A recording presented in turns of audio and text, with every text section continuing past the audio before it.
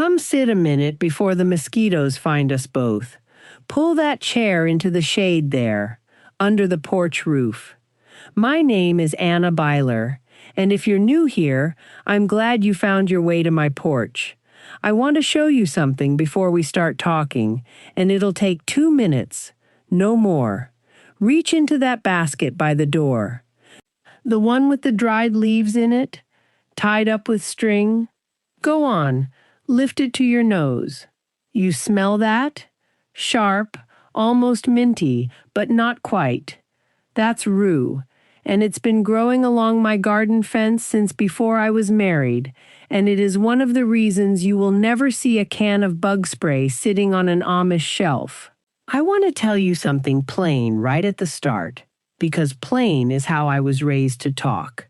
It is not that we don't have bugs. We have mosquitoes, same as you, and flies that get in through a screen door left open 2 seconds too long, and ticks in the tall grass come June, and moths that'll ruin a good wool coat if you let them.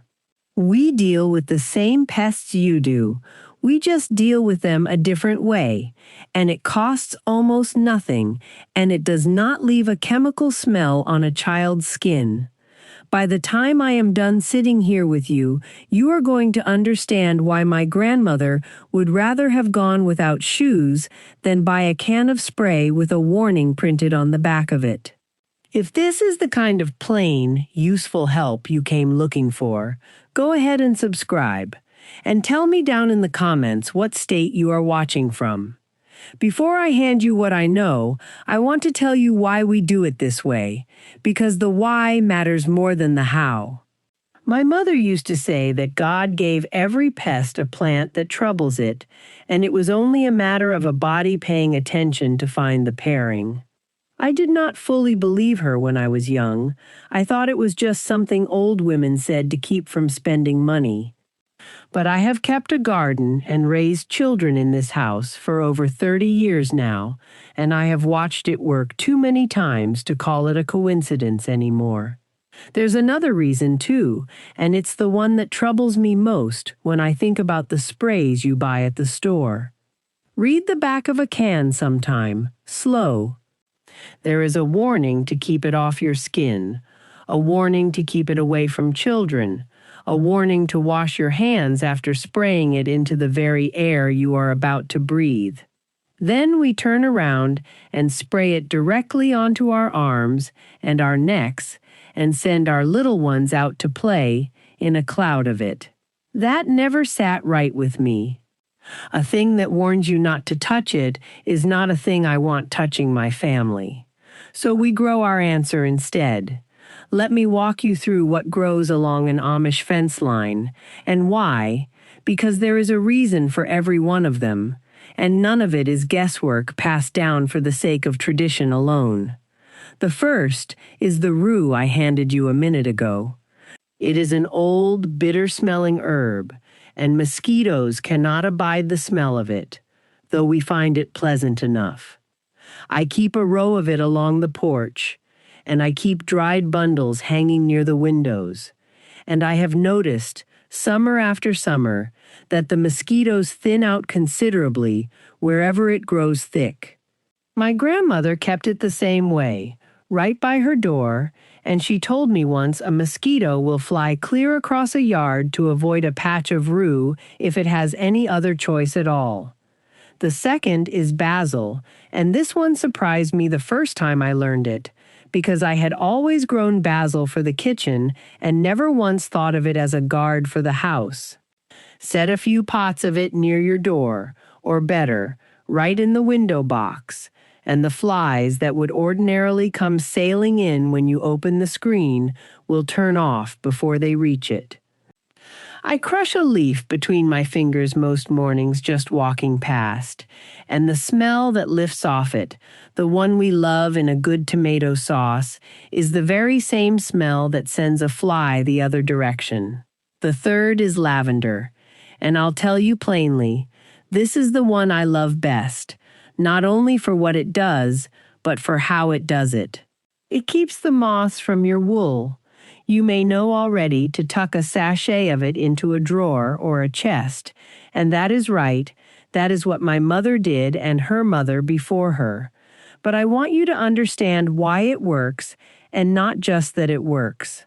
A moth lays her eggs by scent, hunting for wool and fur to feed her young on. Lavender masks that scent so thoroughly the moth cannot find what she's hunting for, and she moves along to somebody else's closet. I have never once lost a good wool coat to moths in this house, not in 30 years, and every closet in it smells the way a summer field smells. The fourth is mint, and mint is the one that keeps the ants from my kitchen door.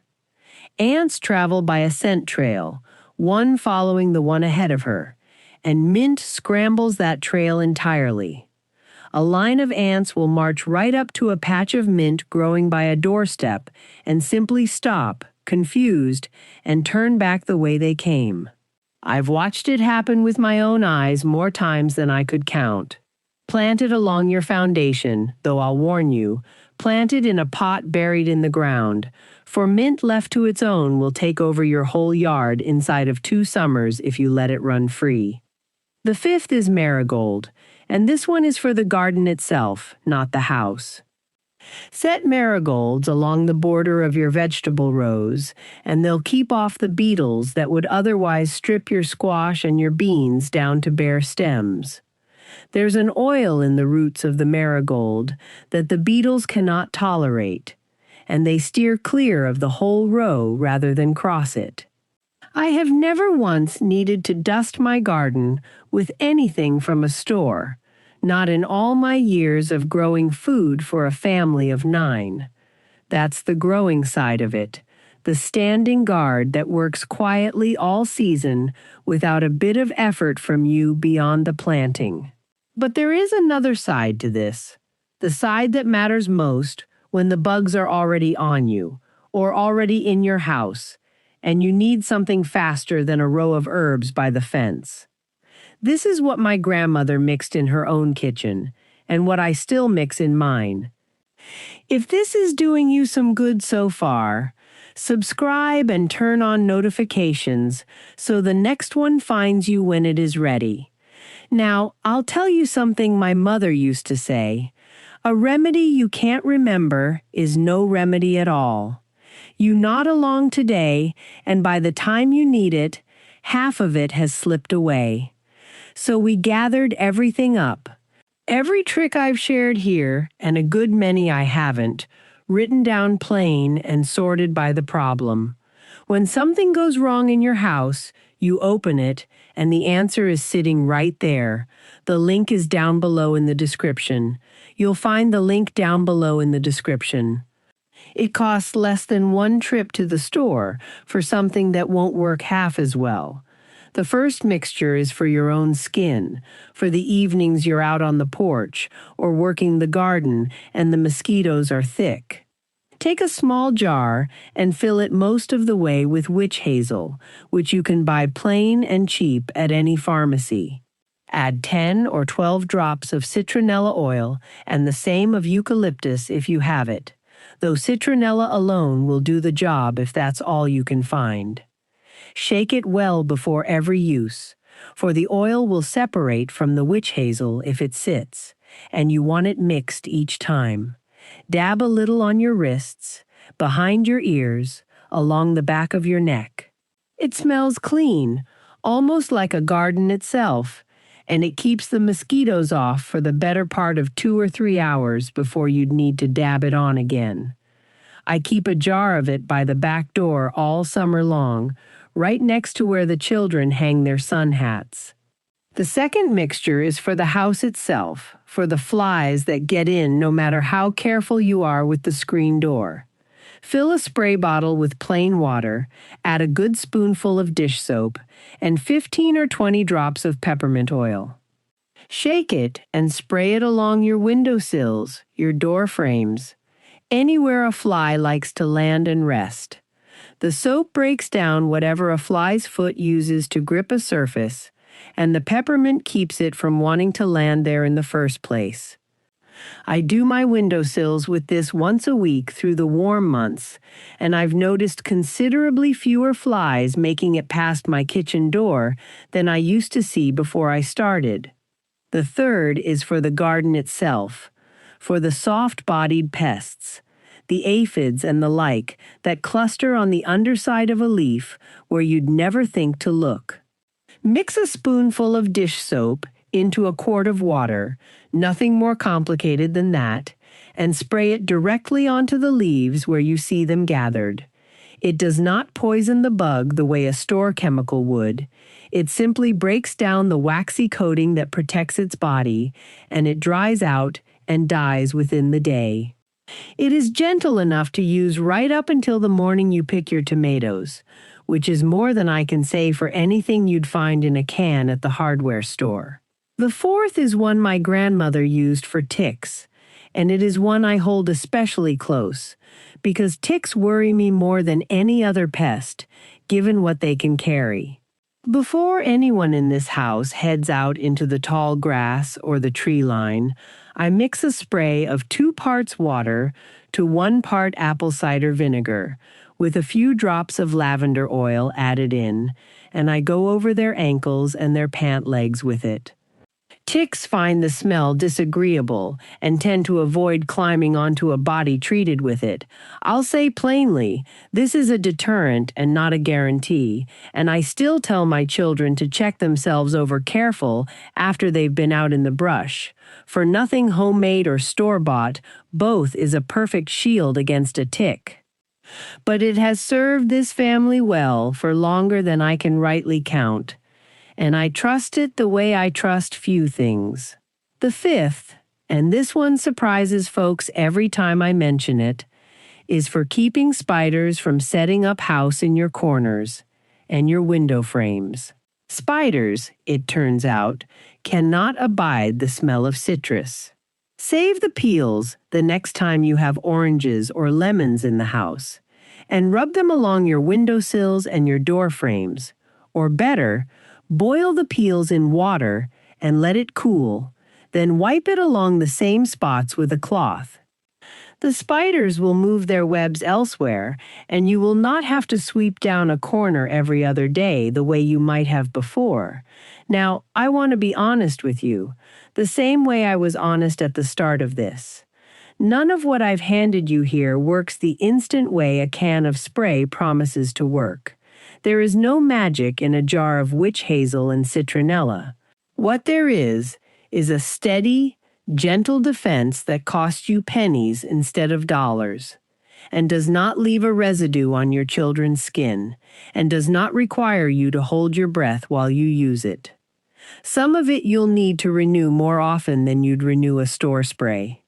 That's the honest trade, and I'd rather tell you plainly than let you find out disappointed.